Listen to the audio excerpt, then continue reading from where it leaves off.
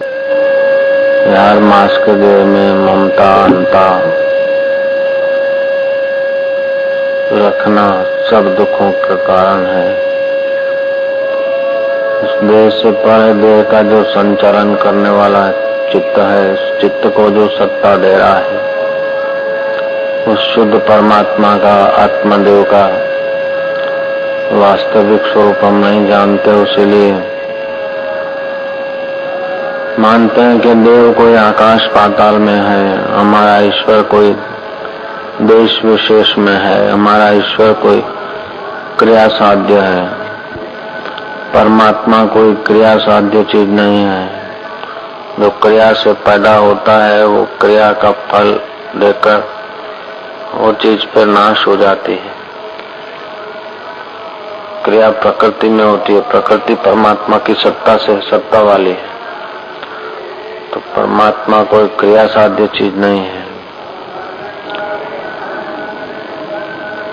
क्रिया तो चित्त को, मन को कर्तृत्व भाव में लाती है, लेकिन क्रिया का जहाँ से सत्ता मिलती है, उस सत्ता स्वरूप परमात्मा का अनुभव करने के लिए चित्त को सूक्ष्म किया जाए, फिर वो सूक्ष्म चित्त परमात्मा तत्व में विश्रांति करता है।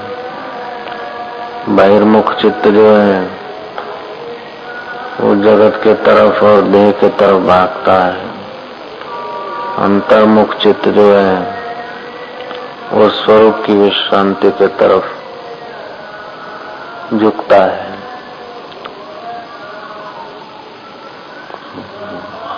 तो चित्त को एकाग्र करने के लिए उपाय तो कई है,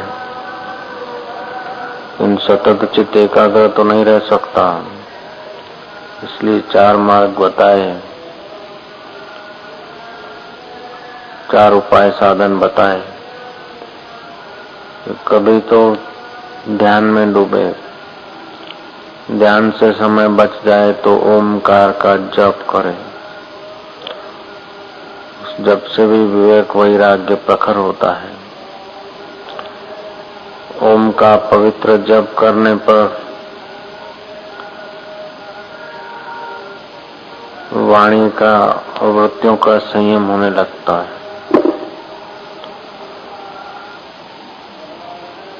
ध्यान, जप, स्वाध्याय, स्व का अध्ययन हो, अपना स्वरूप क्या है, ये हाड़ मांस की देह हम नहीं।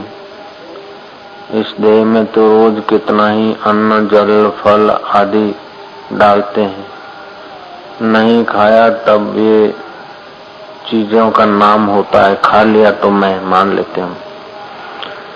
तो ऐसा शरीर को अगर मैं मानते हैं तो इस मैं का हिस्सा रोज नया बदलता जाता है। नया कुछ अन्न जल खाते हैं, फल आदि, सब्जी आदि, तो उसमें से 3 हिस्से होते हैं। स्थूल हिस्से का तो हर रोज प्रातः काल विसर्जन होता है। मध्यम हिस्से का रक्त बनता है, मांसपेशियां। सूक्ष्म हिस्सा मन और बुद्धि को पोषण देता है। ये अन्न से बना जो मन है, अन्न से बना जो तन है, ये तन और मन दोनों बदलते रहते हैं। अन्न से जो मन बनाने की सत्ता है, अन्न से जो तन को पोषित करने की सत्ता है, वह जो सत्ता है वो हम है। सत्ता जो है वो मैं हूँ। ऐसा जो चिंतन करता रहता है वो देर सबेर अपने स्वरूप को हस्तमलकवत पा लेता है। तो ध्यान, जप, स्वाध्याय, स्व का अध्ययन हो ऐसे शास्त्र, स्व की खबरें दे ऐसे ग्रंथ का विचार करें।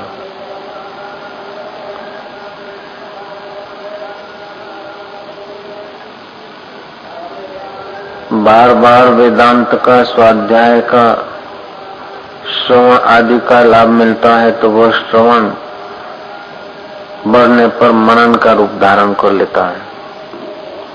और वह मनन अगर बढ़ता है तो नित्याध्यासन का रूप धारण कर लेता है। और नित्याध्यासन का रूप अगर परिपक्व होता है तो फिर साक्षात्कार एक थोड़ा सा कृपा दृष्टि मात्र से आदमी अपने स्वरूप में स्थिर हो जाता है।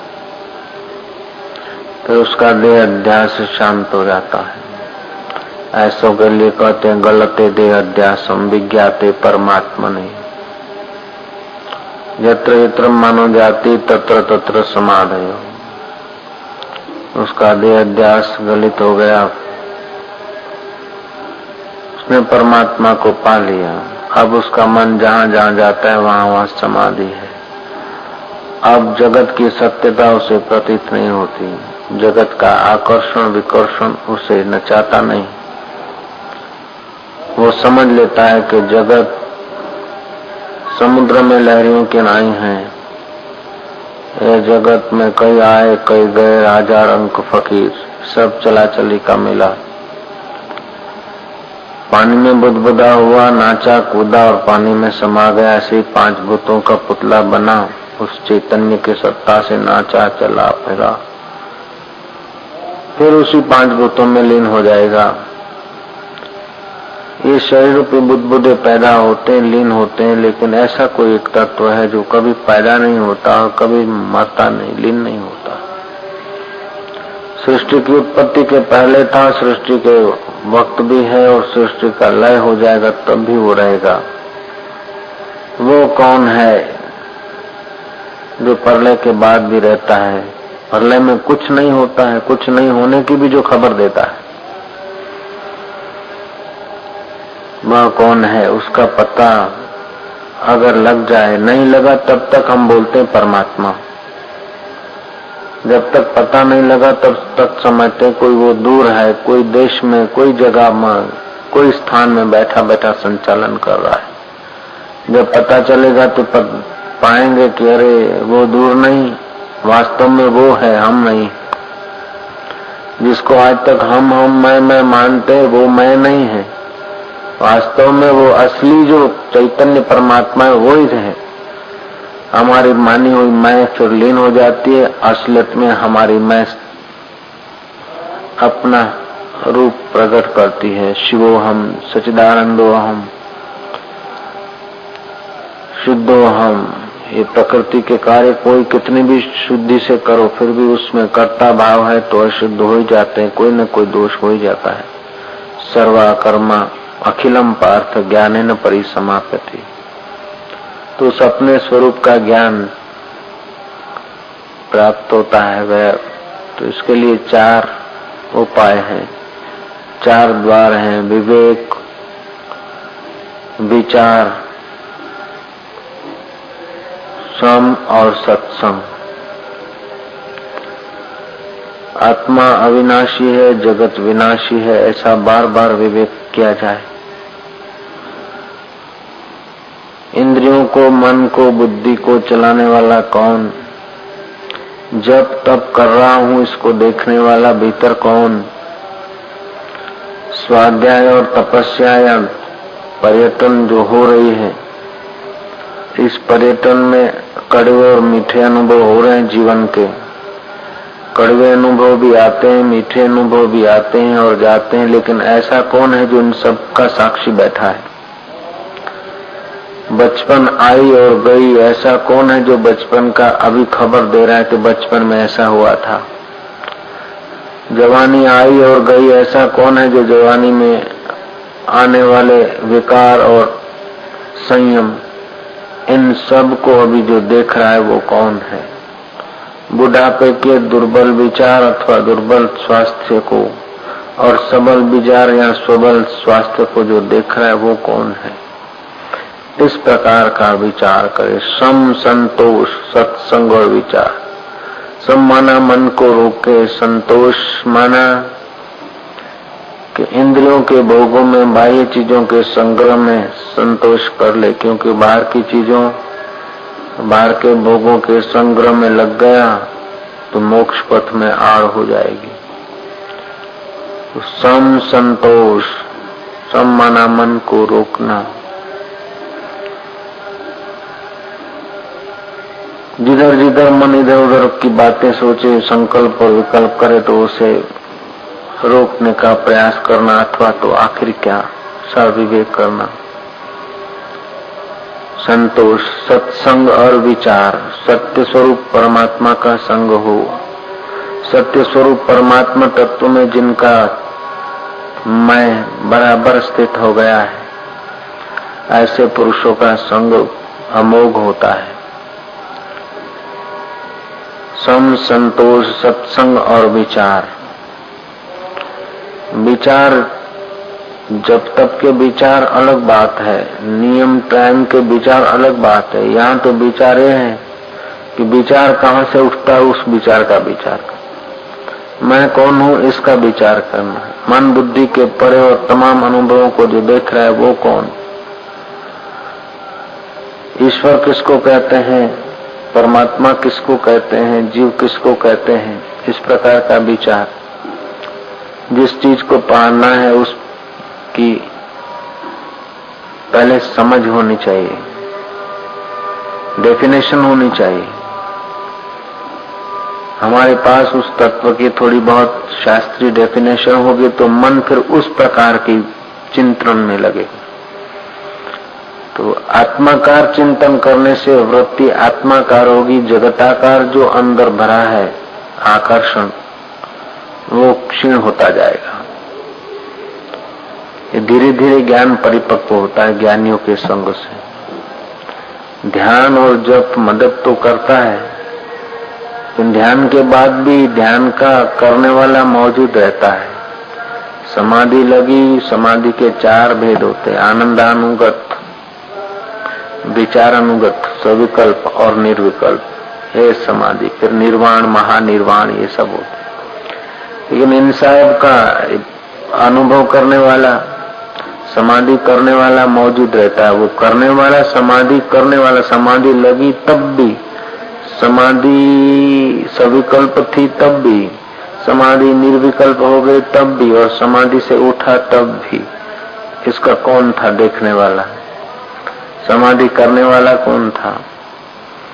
किस प्रकार का विचार नहीं करेंगे तो समाधि के वक्त तो चित्त की शांति होगी। चित्त की शांति साक्षात्कार नहीं है। चित्त की शांति, चित्त की प्रसन्नता, ये सत्व गुण है। चित्त की शांति एकाग्रता का फल है, लेकिन साक्षात्कार का फल है कि चित्त शांत हो, अशांत हो, एकाकार हो, अनेकाकार हो। उससे परे जो है, उसमें जो स्थित है, उसने जन्म का फल पा लिया। तुलसीदास ने कहा, तन सुखाए पिंजर कियो, धरे रैन दिन ध्यान।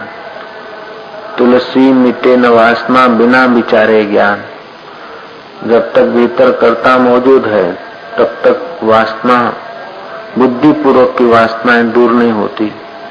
सुख लेने की वासना, जीवन जीने की वासना, एक वासना अगर बाकी है तो अनेक उनके पीछे हो सकती है। तो वासना निर्मूल तभी होती है जब हम परब्रह्म परमात्मा में अपने मैं को बाधित कर देते हैं। इसलिए सम, संतोष, विचार और सत्संग, ये 4 मोक्ष के द्वारपाल हैं।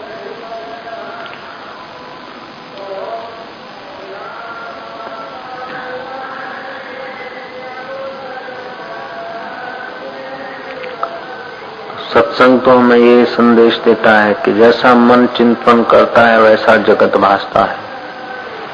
जैसे संस्कार पड़ जाते हैं हम ऐसा अपने को मानने लग जाते हैं। हम गुजराती, हम पंजाबी, हम जैन, हम वाणिया, हम सन्यासी, हम त्यागी, हम जति, हम तपी, हम जोगी, ये सब जो कुछ है सुन सुनकर अपने ऊपर हमने थोप लिया है। वास्तव में ये व्यवहारिक है, सामाजिक है, सापेक्ष है। परमात्मा सापेक्ष नहीं। परमात्मा को कोई उपाधि की अपेक्षा नहीं और परमात्मा कोई संस्कारजन्य वस्तु नहीं। परमात्मा स्वतः सिद्ध है। संस्कार अंतःकरण की बदौलत, संस्कार समाज की बदौलत है, संस्कार वातावरण की बदौलत है। और संस्कार जिस प्रकार के दृढ़ीभूत होते हैं, आदमी वैसा अपने को मानने लग जाता है। लेकिन ये मान्यता एक बात है, सत्य दूसरी बात है। मान्यता इस शरीर में आए और ऐसे संस्कार पड़े, हमने अपने को ऐसा मान लिया। मृत्यु हुई और दूसरे के शरीर में प्रवेश हुआ, जन्म फिर दूसरे ढंग से हुआ, तो हम अपने को उसी प्रकार का मानने लगे। फिर मृत्यु हुई और तीसरी जगह जन्मे तो हम अपने को उस प्रकार का मानने लगे। तो ये सत्य नहीं है, ये तो संस्कार अर्जन हुआ। जिस जिस देह में गए उस देह के माता पिता, उस देह के नाना नानी, उस देह के दादा दादी के संस्कार हम में उतर आए और फिर वातावरण के संस्कार, ये सब मिलकर हम में उतर आए और हम अपने को ऐसा मानने लगे। इन सत्य का साक्षात्कार कोई माता पिता का, नाना नानी का या किसी का देह के संस्कारों का साथ या समाज का संस्कार नहीं, अपितु ये नाना नानी, दादा दादी और माँ बाप, इन सब के संस्कार जो पड़े हैं, समाज के और वातावरण के जो संस्कार पड़े हैं, ये सारे के सारे संस्कार मिटाने के लिए समाधि की जाती। ये सारे के सारे संस्कारों को हटाने के लिए चित्त की वृत्तियों में जो भरे हैं संस्कार, उनको वृत्ति को एकाग्र किया जाता है। अब एकाग्र वृत्ति हुई, संस्कार का परित्याग हुआ, परिमार्जन हुआ, तब ऐसे तत्ववेता ज्ञानवान पुरुष कहते हैं कि अब देखो वृत्ति शुद्ध है, वृत्ति जहाँ से उठती है वो तुम हो, तत्त्वमसि। ये सामवेद के छांदोग्य उपनिषद का महावाक्य है, 4 वेद के 4 महावाक्य। प्रज्ञानम ब्रह्म, अयम आत्मा ब्रह्म, अहम ब्रह्मास्मि और तत्त्वमसि। ये हमारी जो प्रज्ञा है, शुद्ध बुद्धि, पवित्र ध्यान भजन से, संयम नियम से जो हमारे संस्कार धुल गए, जो शांत बुद्धि और पवित्र वृत्ति है, उस वृत्ति को जो प्रकाश रहा है, वो प्रज्ञा में जो प्रकाश रहा है वो ब्रह्म तो है। तो ऐसा वेद कहता प्रज्ञानम ब्रह्म। फिर साधक को अनुभव होता है, वो साधक नहीं बचता, सिद्ध हो जाता है, फिर वो बोलता है अहम ब्रह्मास्मि। अब अहम पर जोर हल्का है, ब्रह्म पर जोर ज्यादा है, तो वो सिद्ध है। और अहम पर गहराई से जोर है, ब्रह्म पर कम है, तो समझो वो अहंकारी हो जाता। तो शुद्ध बुद्धि से फिर अनुभव में आता है कि वो ब्रह्म है, बुद्धि को प्रकाशने वाला जो चैतन्य है वो मैं हूं। दुखों को, सुखों को, साधन को, असाधन को, विक्षेप को और समाधि को जो देखने वाला है वो ब्रह्म है और वो ब्रह्म मैं हूं। क्योंकि मेरे से अगर पृथक ब्रह्म होगा तो वो जड़ होगा। ब्रह्म तो चैतन्य है। हकीकत में मैं जो बोल रहे हैं देह से जुड़कर, उसी से हमने बड़ी गलती कर ली। वास्तव में देह से जुड़कर हम मैं बोलते हैं तो गड़बड़ हो जाती है। देह को, मन को भगवान बुद्ध से पूछा आनंद ने, सत्य क्या है? ये नहीं नीति नीति की भाषा करते करते तो फिर आखिर क्या कही, मौन हो गए, चुप हो। यही बात तैत्तिरीय उपनिषद के दूसरे अध्याय में आई। यतो वाचो निवर्तन्ते अप्राप्य सा मनसा सह आनंदो इति ब्राह्मण न बिभेति कदाचन। जहाँ वाणी नहीं जाती, मन बुद्धि लौट के आते। मन बुद्धि की जहाँ गम नहीं, उसको जानकर वो ब्रह्मवेत्ता निर्भीक हो जाता है, आनंद स्वरूप में स्थिर हो जाता है। स्थिर का मतलब वो कोई समाधि स्थिति, यहाँ खड़ा नहीं, अपनी समझ में उसकी स्थिति हो जाती।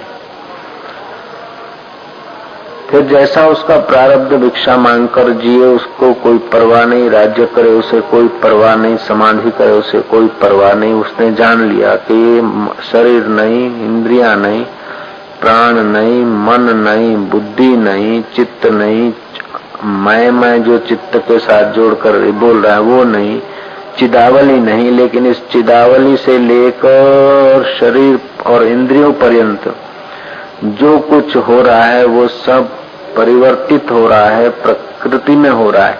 इस प्रकृति को सत्ता देने वाला जो है वही मैं हूँ। उसको अगर वो समझ लेता है तो वही ब्रह्म है। पहले तो वो अपने को आत्मरूप से समझ लेता है, तो गुरु लोग कृपा करके विवेक करा देते कि जो आत्मा है वही परमात्मा है, जो घड़े का आकाश है वही महाकाश है, जो तरंग है वही पानी है और जो पानी है वही तरंगित होकर अल्प दिख रहा है। ऐसे ही जो ब्रह्म है वो चिदावली में स्फुर कर, चिदावली फिर चित्त में स्फुर कर, चित्त इंद्रियों में स्फुर कर, इंद्रियां संसार में दौड़कर अपने को वो तुच्छ सा बना रखा है, वरना ये तुच्छ होता नहीं। संसार के व्यवहार से भी वो तुच्छ, स्वयं वो सच्चिदानंद परमात्मा तुच्छ नहीं होता।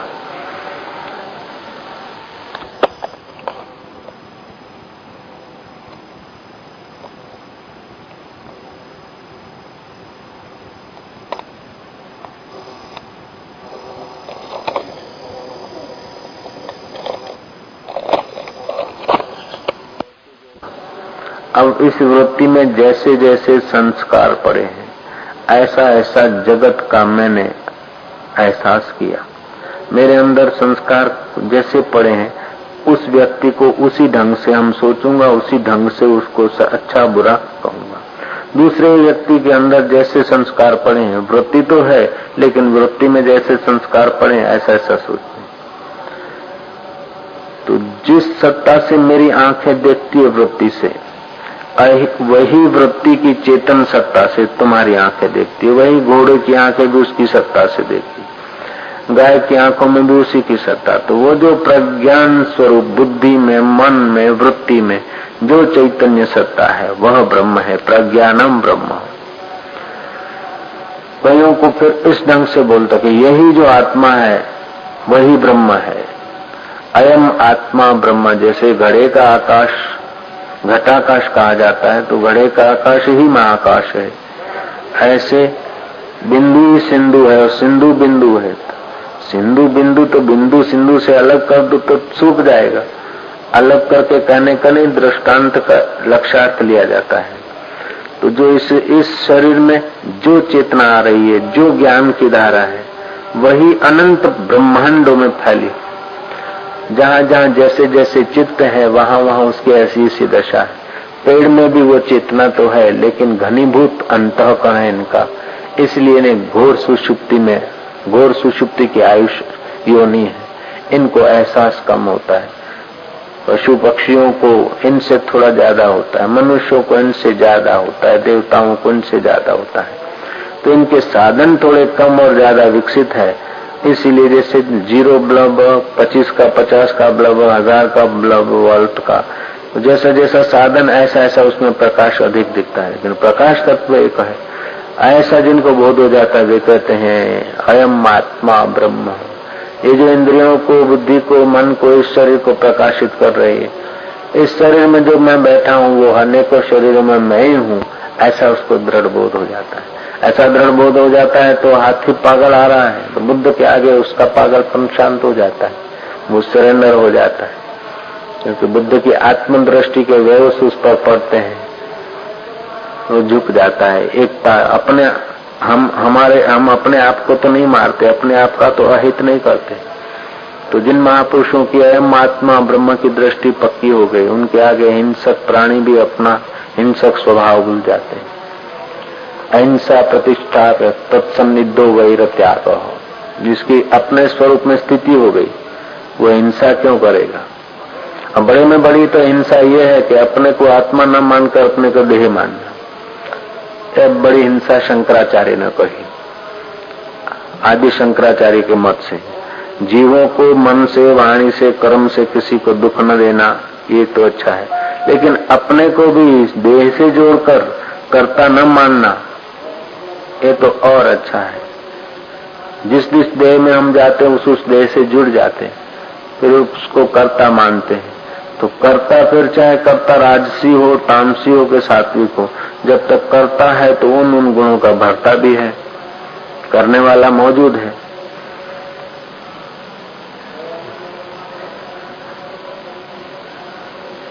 संदीपक राजा ने 100 अश्वमेध यज्ञ करने के संकल्प किया। 92 यज्ञ कर चुका था। गुरु को पता चला कि ये तो 100 अश्वमेध यज्ञ करेगा, इंद्र बनेगा, एक कल्प पर्यंत इंद्र सुख भोगेगा और अंत में फिर गिराया जाएगा। कैसे भी करके इसको बचाऊं, लेकिन अब लगा है होड़ में, मानेगा नहीं। गुरु ने अपना समाधि करके देह त्याग कर दिया, दूसरा रूप धारण कर दिया। एक ब्राह्मण के वहां जन्मे, 7 वर्ष के वामन ब्राह्मण, दंड करमंडलों खड़ा पहनकर पहुंचे राजा के पास कि राजा तुम्हारा 92वां अश्वमेध यज्ञ हो रहा है। यज्ञ का तो यही चैलेंज है कि जो याचक जो चीज मांगे उसको आप देंगे। बताओ मैं जो मांगू आप देंगे कि मुझे खाली जाना पड़ेगा? बोले दूंगा, कोई बात नहीं, कुछ भी मांगो। क्या मांगोगे? ब्राह्मण क्या मांगेगा? जितना मांगते हो मांग लो। बोले नहीं, मैं मांगू और फिर तुम नट जाओ तो? राजा ने कहा नहीं नटूंगा। ब्राह्मण ने कहा पहले वचन दो। अगले जन्म के गुरु थे, पहले वचन ले लिया कि जो तुम मांगोगे वो मैंने अभी से दे दिया।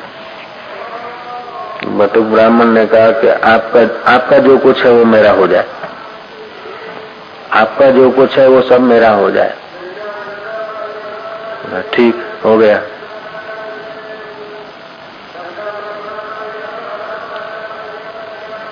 तो दान के बाद दक्षिणा होती है। कोष खोल के दक्षिणा देने लगे। बोले ये तो आपका था, वो तो मेरा हो गया, दक्षिणा ये कैसे देगा? मन से सोचने लगे कि बात तो ठीक है, अब दक्षिणा कहाँ से लाऊं? बोले ये मन भी आपका था, वो मेरा हो गया, मेरे मन का उपयोग क्यों करते? तो ठीक है, बुद्धि में नहीं रहा है कि बात तो ये भी ठीक है, बराबर है, अब क्या करूं? फिर सोचा, बोले क्या करूं ना करूं, जो तुम्हारा था वो मेरा हो गया, तो फिर क्या करने का तुम्हारा क्या होता है? क्या करना क्या न करना वो मेरी बात। तो सुनसान हो गया, सोचते सोचते मूर्छित सा हो गया। उसे स्वप्न आया अथवा गुरु के योग बल से उसे एहसास हुआ मैं मर गया हूं, यमपुरी पहुंचा हूं। यमपुरी का दूसरा नाम संयमपुरी भी। चित्रगुप्त ने निकाला लेखा, इसने अश्वमेध यज्ञ किए हैं, पुण्य आत्मा है, लेकिन ये पुण्य आत्मा पुण्य करने में जो कुछ पाप हुए, जो कुछ झूठ कपट छोटी मोटी जो भी कुछ पाप प्रवृत्ति हुई और प्रकृति की चीजों का उपभोग किया, सूर्य के किरण लिए, पानी पिया, पृथ्वी पर रहा, तो इसने जो अच्छा किया उसका भी जमा है और उसका खर्च जो है वो भी है। अब बोले तो सुख पहले चाहिए अथवा तुमने जो भोग भोगा उसका दुख चाहिए? राजा ने सोचा सुख भोग कर फिर दुख भोगेंगे, मजा नहीं आएगा, पहले जो हमारे पुण्य होता है उसको रखो, पाप का फल दे दो। आदेश हुआ कि उसको मरुभूमि में फेंक दो। मरुभूमि में तप रहा है, वहां गुरु के चरणों में बेहोश सा होकर मन ही मन स्वप्न देख रहा है, मनोराज देख रहा है, जो भी कहो। मरुभूमि में मृग होकर तड़प रहा हूं। याद आया करे जब मैंने तो गुरु को अर्पण कर दिए, मेरे सब कुछ, मेरा जो कुछ है उनका हो जाए, फिर मेरे को तपना क्यों पड़ता है, दुखी क्यों होना पड़ता है? इतना स्मरण होते ही वो मरुभूमि उसको शीतल होने लगी और आंख खुल गई। आंख खुल गई तो देखा कि ये तो वही हमारे गुरु जी हैं अगले जन्म के। अब स्वर्ग में जो मेरा है, मैं अगर करता होता तो सुख का पुण्य का करता हूं तो पाप का भी करता नहीं हूं। अब मैं करता ही नहीं, मेरा जो कुछ है तुम्हारा हो जाए, तो फिर मेरा दुख भी नहीं, सुख भी मेरा नहीं, तो दुख भी मेरा नहीं, तो ये दोनों वृत्तियों के हैं, इनसे दोनों से मैं पृथक, ऐसा उसको वहां बोध हो गया। उसने इंद्र पदवी की इच्छा का त्याग कर दिया। तो कर्म करने से, संयम करने से, पवित्र रहने से अच्छा तो होता है, लेकिन पवित्र रहने वाले का भी अलविदा करना पड़ता है। तपस्या करने वाला जो करता है उस कर्ता को भी हटाना पड़ता है, तब ईश्वर का प्रागट्य होता है, तो शोधन होता है। वहां जो ध्यान भजन करके जिनकी मति पवित्र हुई है, वैसे लोगों को फिर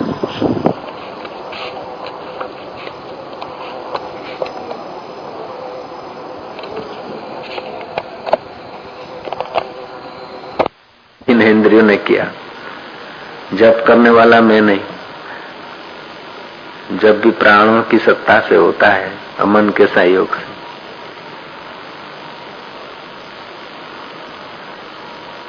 करे जप तप, लेकिन जप तप का भी अपने को करता ना माने, होने दे ये प्रकृति में। जप का, तप का, पुण्य का, एक सुख का, इसका भोक्ता अपने को न माने, तो जो सुख का भोक्ता नहीं वो दुख का भोक्ता भी नहीं बनता। ये संतवाणी के वचनों में हमने सुना ना कि अपने को देह मानना ही सब पाप का मूल है, आपदाओं का। जहाँ हर्ष है वहां शोक होता है। तो वो संसार की वस्तुओं में अथवा उसके चित्त में हर्ष भी नहीं होता, अमहर्ष भी नहीं होता। किसी को देखकर ये बड़ा, इसका पद बड़ा, अपने छोटे, और देखता कि बड़ों में भी हम सैर कर रहे हैं, छोटों में भी हम ही गिड़गिड़ा रहे हैं, सब हमारा खेल है, सारा तमाम दुनिया है खेल मेरा, ऐसा उसको बोध हो जाता। धीरो न द्वेष्टि संसारम आत्मा नम न दीक्षति। फिर वो आत्मा को चाहता नहीं, क्योंकि वो स्वयं आत्म रूप में तो उसको भान हो गया। आत्मा उसका कोई दूर थोड़े है, अपने आत्मा से पृथक तो रहा नहीं जो चाहे। उसको पाने योग्य और कोई दूर पदार्थ नहीं रहा। धीरो न द्वेष्टि संसारम आत्मानम न दीक्षति हर्षम अमर्ष विनिर्मुक्ता, उन दोनों से विमुक्त है। न मृतो न जीवती, न मृतो न च जीवती, वो मरता भी नहीं जीता भी नहीं। अपन तो देह से पैदा होते तो समझते कि हम पैदा हुए, बड़े हुए, फलाना मरा, फलाना जिया, लेकिन वो ज्ञानवान समझता कि मैं नहीं मरा, मैं नहीं जिया, मैं नहीं बड़ा हुआ, यह बड़ा हुआ। सुजाता खीर लेकर आए और बुद्ध को बड़ा पुष्टि मिली। अब फिर बुद्ध जग गए अपने स्वरूप में। निरंजना नदी पार नहीं कर सकते थे, इतने दुर्बल हो गए। सुजाता की सेवा के बाद बुद्ध को पुष्टि आई और घटना भी घट गई। अब सेवा करने वाले का थोड़ा अधिकार भी हो जाता है प्रश्न पूछने का। आज एक दिन अर्थी जा रही थी, राम बोलो भाई राम, कोई शब्द जा रहा था। उस शब्द को देखकर बुद्ध खूब हंसे। निरंजना नदी पार करते समय तो दुर्बल थे। जिस बच्चे ने सेवा की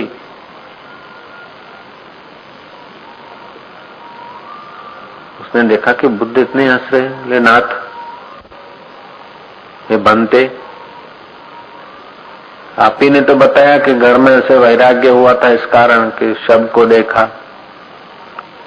बीमार को देखा, कोढ़ी को देखा, रोगी को देखा, ऐसी अर्थी को देखा, उसीलिए तो वैराग्य हुआ।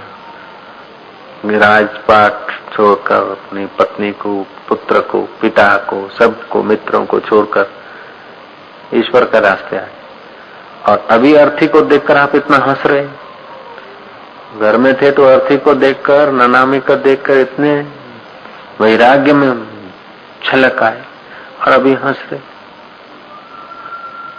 बुद्ध ने कहा सुजाता क्या बताऊं, घर में था तब आरती को देखकर लगा कि हाय ये मरा है तो मैं भी मरूंगा, लेकिन अब मैं समझ गया कि ये मरता है, मैं कभी नहीं मरता।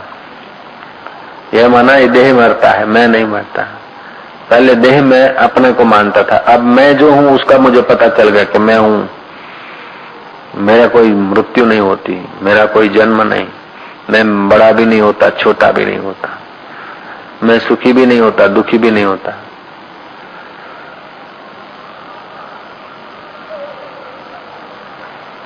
बोलते बड़ा आनंद आ गया।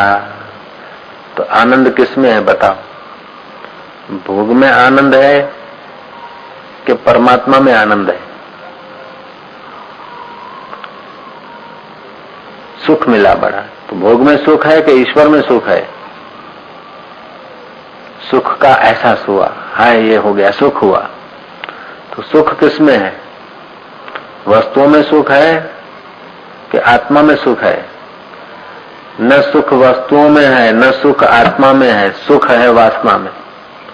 वासना जिस प्रकार का सुख दिखाती है, जो चीज चाहती है वो चीज मिली तो वासना को एहसास होता क्या सुख हुआ। आत्मा में सुख नहीं, आत्मा में जो सुख होता तो फिर दुख भी होता है। आत्मा में सुख नहीं, दुख नहीं, सुख और दुख दोनों जिसके आगे तुच्छ हो जाए, सुख और दुख जिसके आगे से आकर चले जाए, वो आत्मा है। समाधि और विक्षेप आकर चले जाए जिसकी हाजिरी से, वो चैतन्य बाबू। कभी कभी बड़ा आनंद आया, कभी प्रकाश देखा, कभी ऐसा आए इतना आनंद आया। क्या ये चित्त की दशाएं हैं। साधन काल में, एकाग्रता में ये हुआ करता है।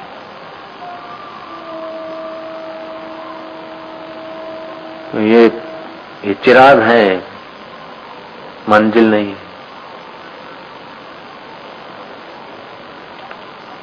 अब मंजिल आएगी ऐसी बात नहीं, मंजिल तो सदा मौजूद है, केवल उसको समझने की। और जो समझने जाओगे तो समझने वाला उसमें लीन हो जाएगा। लवण की पुतली आ गई था लेने समुद्र को, हेरत हेरत गयो कबीरा हेराई, खोजत खोजत कबीरा खो गया स्वयं। ऐसे जो परमात्मा को गहराई से खोजता है, वो खोजने वाला जो मैं आज तक मान बैठे थे, वो लीन हो जाता है, परमात्मा बच जाता है। सिद्धार्थ की मृत्यु हो गई, बुद्ध का जन्म हो गया। आसुमल की मृत्यु हो गई, आशाराम का जन्म हो गया। व्यवहार काल में ऐसा बताया जाता। लहर की मृत्यु हो गई, सागर का जन्म हो गया। अरे सागर का क्या जन्म, सागर तो पहले ही लहरा रहा था, लेकिन भाषा तो यूज करनी पड़ती व्यवहार में। तो जिस परमात्मा की सत्ता से मैं फुरा, वो मैं देह से जुड़ गया था, इसलिए वो जीव था, तुच्छ था, और उसका पता चल गया। मैं की लहर उसमें शांत हो गई था, वही ब्रह्म हो गया। फिर चाहे उठे तो भी उसमें सत्यता नहीं रहेगी। फिर वृत्ति उठेगी, फुरेगी, लेकिन वो वृत्ति ब्रह्माकार होने के बाद जो वृत्ति फुरती है, उसमें जगत की सत्यता की भ्रांति नहीं होती। इसलिए मैं देह हूं फांसी महा, और मैं ब्रह्म हूं कल्याण महा। ओम ओम ओम ओम। संसार में सुख नहीं, ऐसा कोई भोग नहीं जो भोक्ता को दुखी न करे। इसलिए सबकी इच्छाएं छोड़कर हरि भजन में लग जाना चाहिए। हरि भजन हरिमय बना देता है। वह एक ही वृत्ति है, उसी को मन बोलते, उसी को बुद्धि बोलते, उसी को चित्त बोलते, उसी को जीव बोलते है। पूर्ण स्पंदन संसार में पड़ता है तो स्पंदन बढ़ जाता है, और ईश्वर के अभिमुख होता है तो स्पंदन कम होने लगता। स्पंदन कम होना मुक्ति है, स्पंदन बढ़ जाना स्पंदन है।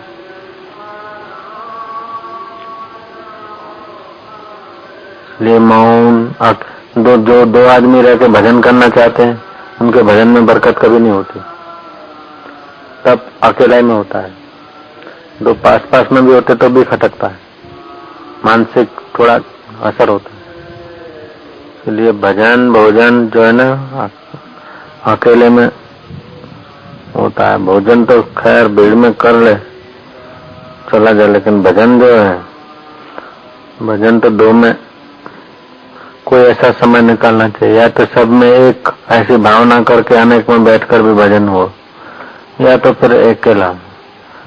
कई लोग घूमने जाते तो भी दोनों साथ में, टहलने जाएंगे तो साथ में। अरे साथ में कोई आया नहीं तो साथ में जाएगा कौन? अकेला मरना है एक दिन, तो अभी से अकेला होने की आदत डाल दो। ईश्वर के तरफ चलना है तो साथियों को मत खोजो, साथी मत बनाओ। ये साथी बंधन कर देते हैं। भगवान के रास्ते चलते हैं तो मित्र और अनुकूलता जितना बंधन करती है, उतना प्रतिकूलता और शत्रु बंधन नहीं करता। जितनी अनुकूलता है हमें बांधी है, अनुकूलता और मित्र हमें बांध देते हैं।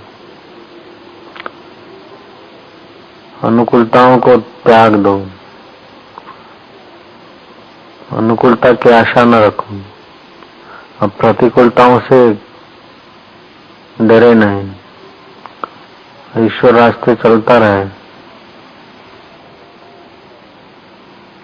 तो अपने आप रास्ता प्रकाशित होता चला जा रहा। बैटरी या फानुस लेकर चलते हो 4 कदम, उसका प्रकाश दिखता है।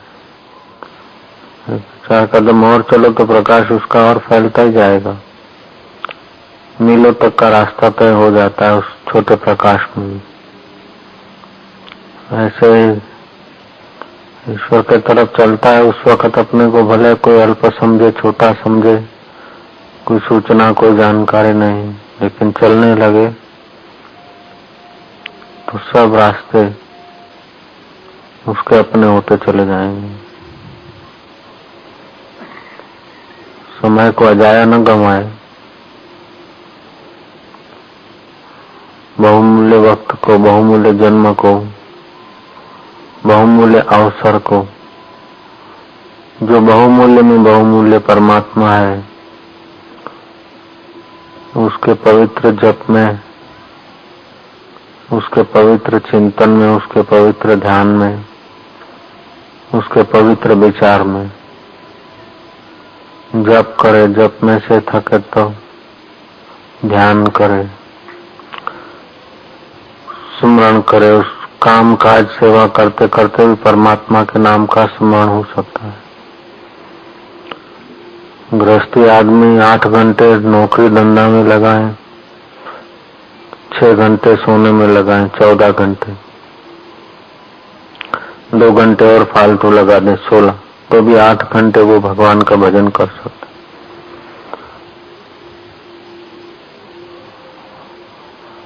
और साधक साधु आदि जो हैं, उनको तो 8 घंटे रोजी रोटी में तो लगाने नहीं है, तो वे तो 14 घंटे सेवा और साधना कर सकते हैं।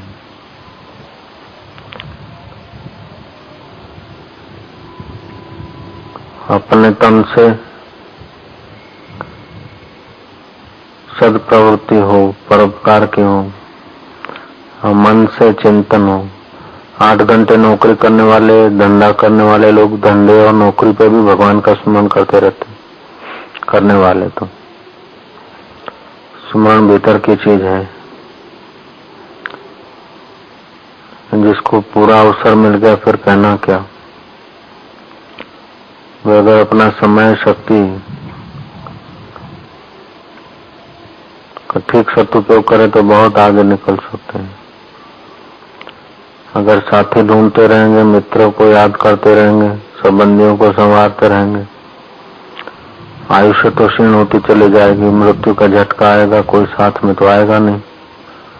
न कोई बाप आएगा, न कोई भाई आएगा, न कोई संबंधी आएगा, न कोई शिष्य आएगा, न कोई सती सेवक आएगा। साथ में तो अपनी आत्मिक निष्ठा ही साथ में आएगी। इसलिए महावीर स्वामी हिले नहीं जब तक परिपक्व अवस्था नहीं हुई, तब तक प्रतिकूलताओं से हिले नहीं। कान में कीले भौंकते हुए तब भी उसके प्रति रोष नहीं किया और सहारा नहीं ढूंढा। बाहर के सहारे, बाहर की अनुकूलता को छोड़कर ईश्वर के रास्ते चल पड़ना चाहिए। संभाल लेने में ईश्वर किसी से पीछे नहीं पड़ता। शिष्टाचार में ईश्वर किसी से उतरे ऐसे नहीं है। एक नौकर सेठ का सहारा ले लेता है तो सेठ को उसको रोजी रोटी, पानी, खान पान का ख्याल रखता है। मजदूर आ गए काम करने को, सेठ ने कहा अच्छा दाढ़ी का कितना लेते? बोले 10 रुपये। अच्छा तो ये चंतर काम में लग जा। कौन से काम में लग जाऊं? कि ईंटें उठाना है, ठहर मैं आता हूँ, भी बताता हूँ। मजदूर बैठा रहा, सेठ भूल गया। शाम हुई, मजदूर बोलता लाओ पैसे। सेठ बोलता काम तो तूने कहा किया नहीं। बोले काम तो मैंने किया नहीं, लेकिन मैं खोटी तो तुम्हारे लिए हुआ। खोटी तो तुम्हारे लिए हुआ। ऐसे ही ध्यान न भी लगे, जप में मन न भी लगे, तभी भी परमात्मा के नाम का जप स्मरण बना रहे, तो हमने खोटी मन को भगवान के लिए तो किया, हमारी दाढ़ी चढ़ गई। सेवा करते करते भी परमात्मा का स्मरण किया, जो शरीर से सेवा लेते हैं उस शरीर से समाज की सेवा करनी भी है। प्रकृति से लेते हैं ना तो कुछ न कुछ सेवा करनी पड़ती है। शरीर एक दूसरे के सहयोग के बिना आदमी जी भी नहीं सकते। तो तन से कुछ सेवा कार्य होते रहे, लेकिन मन से तो परमात्मा का स्मरण, परमात्मा तत्व का विचार, परमात्मा का ध्यान। जो बाल काले भमरे जैसे थे वो सफेद हो गए रोई जैसे। जो दांत पक्के हाथी जैसे दांत थे वे दांत अब हिलने लग गए। जो चमड़ा था चिकना चपाटा वो शुष्क होने लगा, करसलियां पड़ने लगी, मौत नजदीक आने लगी। फिर भी मूढ़ लोग जो है संसार की इच्छा करते हैं, संसार का ही चिंतन करते हैं, संसार के पदार्थों की रुचि करते हैं, संसार के मित्रों से मिलना चाहते, संसार के संबंध ही बढ़ाना चाहते। लेकिन जो साधक हैं, साधु स्वभाव के हैं, जिज्ञासु हैं, उन लोगों को तो तड़फ होती है, इंतजारी बेकरारी। जैसे प्यासे को पानी की तड़फ होती है, भूखे को अन्न की, लोभी को धन की, कामी को कामिनी की।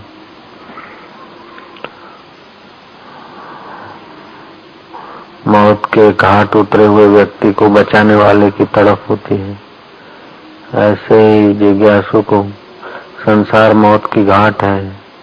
मौत के वो एक आदमी दौड़ता दौड़ता आया, बोले स्वामी जी तालाब सूख गया। कब सूखा? क्या अभी? अरे अभी क्या सूखा, झूठ बोलता है, वो तो रोज सूख रहा था, रोज पानी उड़ रहा था। ऐसे फलाना आदमी मर गया, अभी मरा, अभी नहीं मरा, वो रोज मर रहा था। हम लोग रोज मौत के करीब जा रहे हैं, रोज मरते चले जा रहे हैं। मरने वाले जीवन से अमर आत्मा की यात्रा हो जाए।